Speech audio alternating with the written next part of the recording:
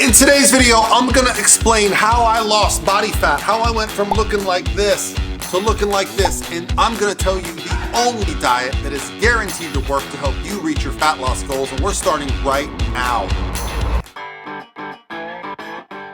Hey guys, what's going on? This is Paul Ravella from ProPhysique.com, and if you haven't been following my journey, guys, I've been dieting since November. I'm really happy with how I'm looking, and so I'm starting to help you guys reach your goals. I've been doing this for over a decade. I went back to school to study exercise science, physiology, nutrition. I want to help you guys reach your goals, and that's what I'm here for. And today's topic comes from right here on my Instagram direct message. So please go there, send me your questions, or put it in a comment below right after you click subscribe.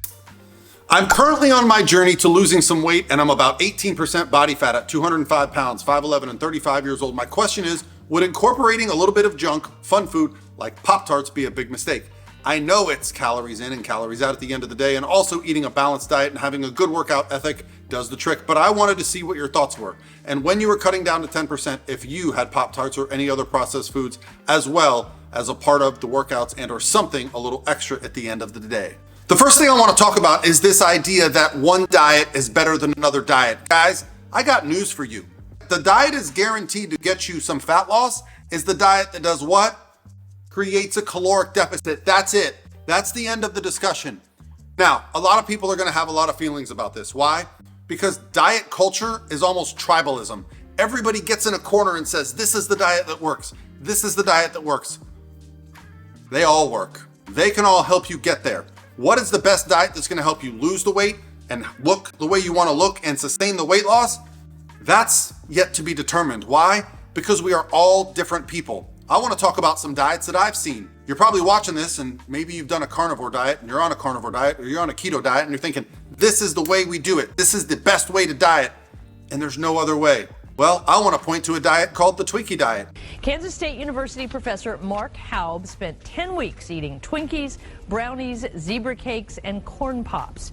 He consumed no more, now this is important, he consumed no more than 1,800 calories a day. Haub did this to prove that in weight loss, what matters most is the total calories in the food you're eating, not the nutritional value. Don't believe me? That's right. A gentleman dieted on Twinkies, lost body fat, his blood markers improved, and he ate them every single day, and it was the focus of his diet. Why did it work? Well, because it was a short period, it was 30 days, and guess what? He created a caloric deficit. What about McDonald's? They're evil, right? Can't lose weight on McDonald's, can't be healthy on McDonald's. Wrong. Let's talk about a teacher who had his students create a diet for him based solely on foods they were allowed to purchase from McDonald's. I've been addicted to food for most of my adult life, and I look like those before pictures for 25 years. And this experiment has given hope to people like me and others. Every time we throw the fast food industry under the bus, all that does is enable overweight people like me to say, see, that's why I'm fat. McDonald's, Burger King, Chipotle. Yes. And in all those years, Carly, that I was so fat, I hardly ate fast food. And isn't it ironic? I spent 6 months of my life eating nothing but fast food and end up looking like I do today. Well, What happened? He lost body fat. He lost a lot of body fat, and he got healthier. All his blood markers improved, including cholesterol.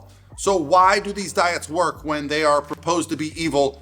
When we hear these words, we cringe when we think of dieting. It's because of diet culture. Guys, food is not inherently good or bad unless you have something wrong with you that does not allow you to eat things. Guess what? I cannot really take in dairy. It does not make me feel good. Does that mean I tell everybody that dairy is the devil? No. I tell you, the foods that work well for you might be different than the foods that work well for me, but ultimately at the end of the day, what's going to lead to our greatest success is finding an approach that allows us to restrict our calories while also focusing on our goals. Now, why do I eat Pop-Tarts? I eat a lot of Pop-Tarts. I eat a lot of sugar. I eat a lot of processed sugars, but I also have a very balanced approach. I also hit my protein goals for the day, my fiber goals for the day, so I can fit in as many treats as I want, and I can look better than the average person, and I'm stronger than the average person, and I look and feel the best I've ever felt at 47 years old. And before you want to go here, and accuse me of doing steroids, I'm a lifetime natural athlete. Guys, it's not that complicated. It comes down to consistency. It comes down to an approach that you can find that works for you. So why do I believe in carbohydrate? The Cleveland Clinic released a statement that said, carbohydrates are the single most important thing you can eat for health and weight loss. The Cleveland Clinic said this. Why is this in such direct opposition to what we hear about carbohydrates and sugar? For the first thing is, most people don't understand when they hear a term like carbohydrates and sugar, what foods do they think of? They think of the foods like donuts, maybe some pizzas and things like this that have far more calories from fat. I promise you, if you control your fat intake, you can eat as much sugar as you want to, as long as you stay within your calorie range, and it's not gonna have a negative impact on your health. So a lot of people will hear this and they'll think, well, what about insulin? Guys, insulin rises and falls. Every time we eat a meal, even if it's just protein, we get an insulin spike. Insulin is anabolic. What does anabolic mean? It helps us add tissue. Can it become a problem? Only if you overeat your calories. Otherwise, when we are in a caloric restricted state, even when we ingest something that causes our insulin to spike, we are still going to lose body fat over a 24-hour window. Insulin is not a problem to be concerned with if you are a healthy person in a caloric deficit. This study from the Clinical Nutrition and Metabolic Care Journal shows that low carbohydrate availability impairs hypertrophy and anaerobic performance. So what does that mean? Guys, what is my life about? What have I been doing for the last 30 years? I love to lift weights. Why would I want to find an approach to my diet that is going to impair my body's ability to add muscle? Why do I want to perform well? Well, when I'm able to go to the gym and lift weights a little bit heavier, a little bit longer, a few more sets, over time, my muscles are going to hypertrophy. That means the muscles are going to grow.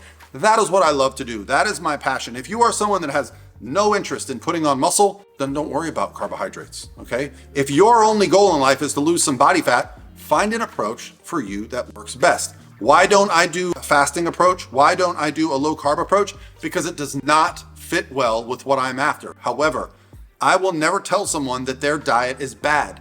I am only telling you that you should stop worrying about what other people do for fat loss. There is no perfect diet. You can do low carb, you can do low fat, and you can get great results. Now, if you take an approach that is terrible and you lose muscle and you ruin your metabolism because you are not aware of how many calories you're taking in, this can become problematic.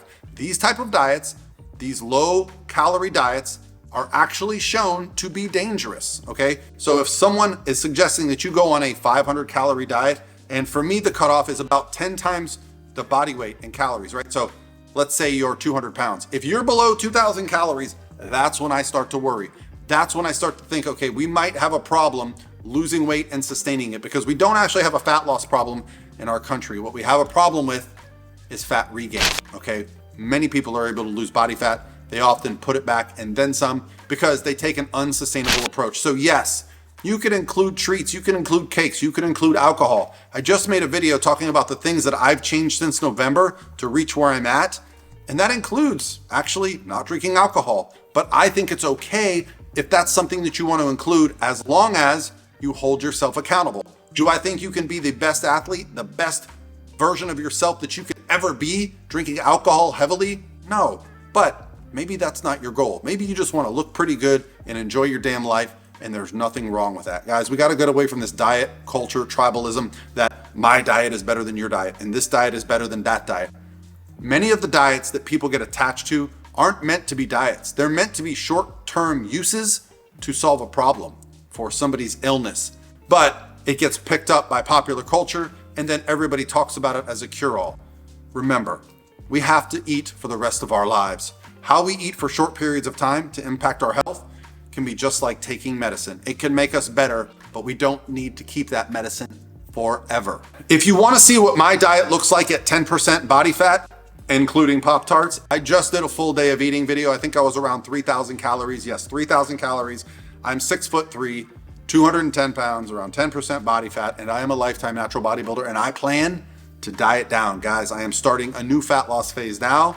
I am going to get shredded again. So that's going to be a fun process for me. Now, will I keep Pop-Tarts and junk food in my diet? Yes. However, what I'll start to do is I'll start to eliminate it on certain days. I'll do some carb cycling. I'll do some high carb, low carb days, okay? I do believe in the power of carbohydrates for performance, especially as we're getting leaner. The leaner you get, the more you need to focus on meal timing and carbohydrate timing, all right? The lower your carbohydrates become, the more it can impact your performance, and over time, that can negatively impact your ability to keep and build muscle. Guys, that's really what drives me. I am going to compete in a bodybuilding show later this year, and I'm going to bring you guys along for the ride. I'm going to tell you my journey. But I think we need to get away from this idea that sugar is bad, that paleo is bad, that the carnivore diet is bad, that keto is bad. They all have a purpose. They've all had some success. However, what we have to look at is the time shot window of when it is right for you, okay? The approach that I'm on is the approach that I'm going to be on forever. I don't have a diet. I have a philosophy around tracking my macronutrients and calories. And guys, I'm gonna share that with you because I believe that this is the best way, that's right, I said it, the best way to create a caloric deficit, reach your goal, and sustain fat loss forever. Why? Because you don't have to change. Once you reach your goals, you don't have to find a complete new philosophy. You just understand that food has calories. Calories made up of protein, carbs, fats. And once you start to look at that, the matrix starts to come in and food no longer becomes food. It just becomes data. And then we can manipulate that data and we can reach our goals. Hopefully, this is helping you guys. If you have any other questions, don't forget to leave a comment below or send me a question on my Instagram direct message. And if you want to see what happens when you wake up every morning and walk for 60 minutes on a treadmill, I got a video. I just did that. Pretty cool results. And I'll talk to you guys tomorrow.